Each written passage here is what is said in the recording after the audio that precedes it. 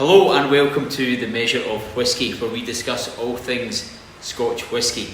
This week, we're going for a straight head-to-head Aberfeldy versus Glenfiddich.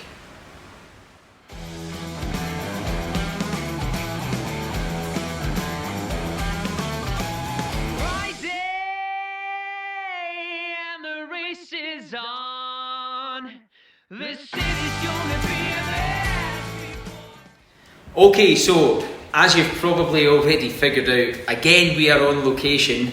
This week we are in the beautiful Canmore. Perhaps you can or perhaps you can't see the most magnificent mountain setting behind us. Also, as you've probably noticed, I am here with a very special guest, Stephen Sevy Wright, flown all the way over from Scotland just to be here. He pays for it, so I just come. It's perfect. I love it, yeah. I don't pay for anything, it would be ridiculous. Sevy has brought us over here a bottle of Glenfiddich XX. And what we're going to do here is we're going to push this right against an Aberfeldy 16 because we're unsure as to which one's going to be better. I know a little bit about this. I don't know very much about this. So I'm very, very interested and excited to see which one we both prefer. And to be fair, I know a little bit about this and less about that, so it's going to be interesting. Yeah, exactly. It's going to be interesting. Okay, so, yeah, as you said, it's the Glenfiddich XX. XX meaning 20, obviously. And it was a bit of a secret before the whisky was released.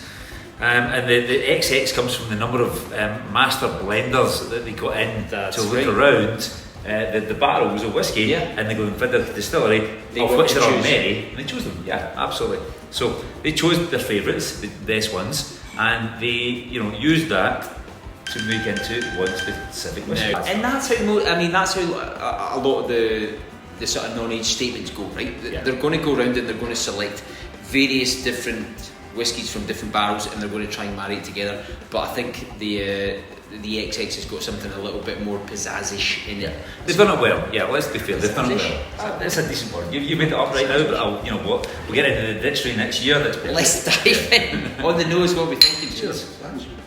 It's fresh. It's almost classic Glenfiddich, where it's got that real kind of woody element to it.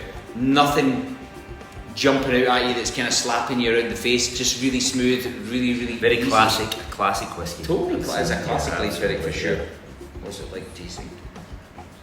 Great. Wow, it really is. It's that's so easy. It's smooth. It's nice. It's easy. It's kind of cinnamony.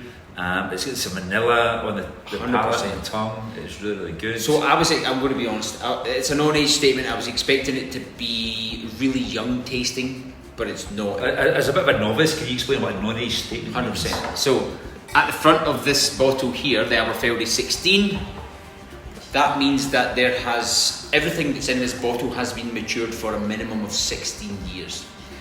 That's just based on Scotch whisky law. If you're going to put an age on the front of the bottle, it's the youngest whisky that's in here that has to be put on the front. A non-age statement basically means that there's a differing age within the bottle. Okay. Most of the time, they're between 5 and 8 years old, and then they add in something a bit older to kind of mature. So there's no age in the front of this bottle? No age. Okay. I know it says XX. Yeah. Sure. Roman numerals do not count as a... I thought it was like a kind of Vin Diesel. It's not a 20-year-old Glenfiddich, no. But that's really, really nice. It's really good, really. But it's definitely, you're paying more for that than you are any other sort of non-age statement whisky. Yeah. There's a bit more in the wallet, but it's... You know what, I think it's worth it. Yeah. I would say it's worth it. As a novice, I would say it's worth it. It's a nice whisky. I enjoy drinking that. Easy. And yeah, it really is. Worryingly easy. Yeah. I'm also going to apologise for our glassware right now. Yeah, the Airbnb didn't have anything other than these... half pints. Half pints. Yeah. You know what? Win in a row. Slack. Win in Canmore. Okay, so we are moving on to the Aberfeldy 16. This is a rather large 1 litre bottle. Fucking heavy. Now, I know that this is matured in an ex-bourbon for 16 years minimum. So I'm expecting lots of vanillins, lots of kind of oaky, woody type smell off the nose. You getting that? Oh yeah.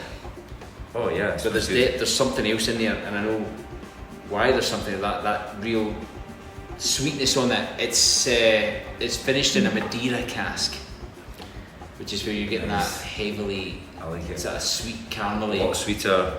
Yeah, so it's definitely different amazing. from the Glenfiddich. Definitely. It feels a bit deeper. Yep. Softer. For me, it's softer than Bala. 100%. A lot softer. Oh, that's lovely. That's really, really It's smooth. nice enough. I'm going to have to take a second sample. That's really smooth. Really smooth. Again, a lot, comparing to the Glenfiddich, a lot smoother. Yeah. I mean, I would say a lot smoother. It's smoother, Okay. but I enjoyed that. But I don't know. I think it seems to have a lot more depth and a lot more complexity in it. Now, would you expect that from a 16-year-old I would. single malt I would. in comparison to the Yeah. The non-age the statement. non-age statement. Yeah. I mean, typically you do, but this is no regular non-age Sure. statement, though. That's, I mean, But you're not comparing apples with apples. No, It's no, different, no. but that's fine. But No, that's true. very different That's whiskies, true. very different tastes, but Like, really nice. both of these, if you are a novice, you don't do this a lot. Yeah, that's me. Both Yep. are amazing. Fucking novice, right in here. I just told everybody you're a fucking whiskey connoisseur. Would you suggest one over the other? This is where we're at now because we're going head to head. So Yeah, we're going to okay. get to which would you prefer and why. It's tough. So It's tough. I would say the Aberfeldy's got a more lingering taste. Yeah, At the end, definitely. more depth to It's it. a lot of a longer finish on the Aberfeldy. That was a lot sharper. That was a lot kind of. Yeah. I would say that's the Aberfeldy is more a sippable whiskey. Yep. Glenfiddich is something you would drink maybe a bit quicker.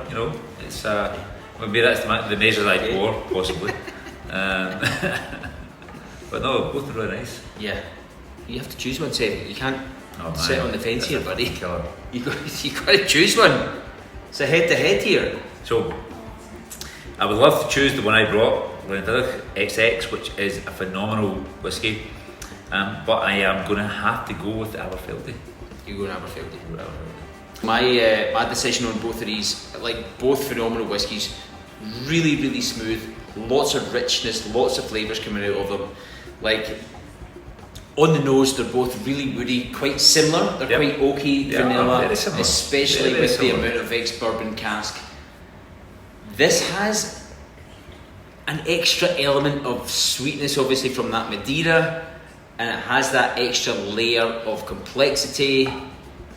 For me, this just edges it. Yep. The Aberfeldy edges it, but not by much, No, because this is a absolutely. fantastic whiskey, but it edges it. So what's the price point here? What are we talking here? Sure. So I picked this up at the border, going into the US. Smuggled it across the border. Notoriously cheap. Oh gosh, what was it? 120 bucks. $120, okay. That was 120. So in Calgary, probably closer to 180. Okay. So for this one, we're talking closer to 80 or 90 bucks. Okay. So a significantly lower price point, but not Very close though. not a huge Not significantly difference different in quality and taste Not and at all all. that sort of stuff. No, So it's yeah, you know what? So if you're looking for a long finish and a quality whiskey, I would go with this one. If you're looking for a really good whiskey that's not going to break the bank, my choice would be this one. What a guy. There you go. Spice here. That's it. Slange. Cheers.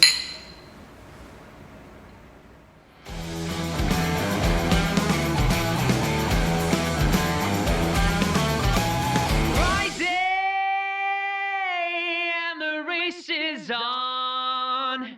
The city's gonna be a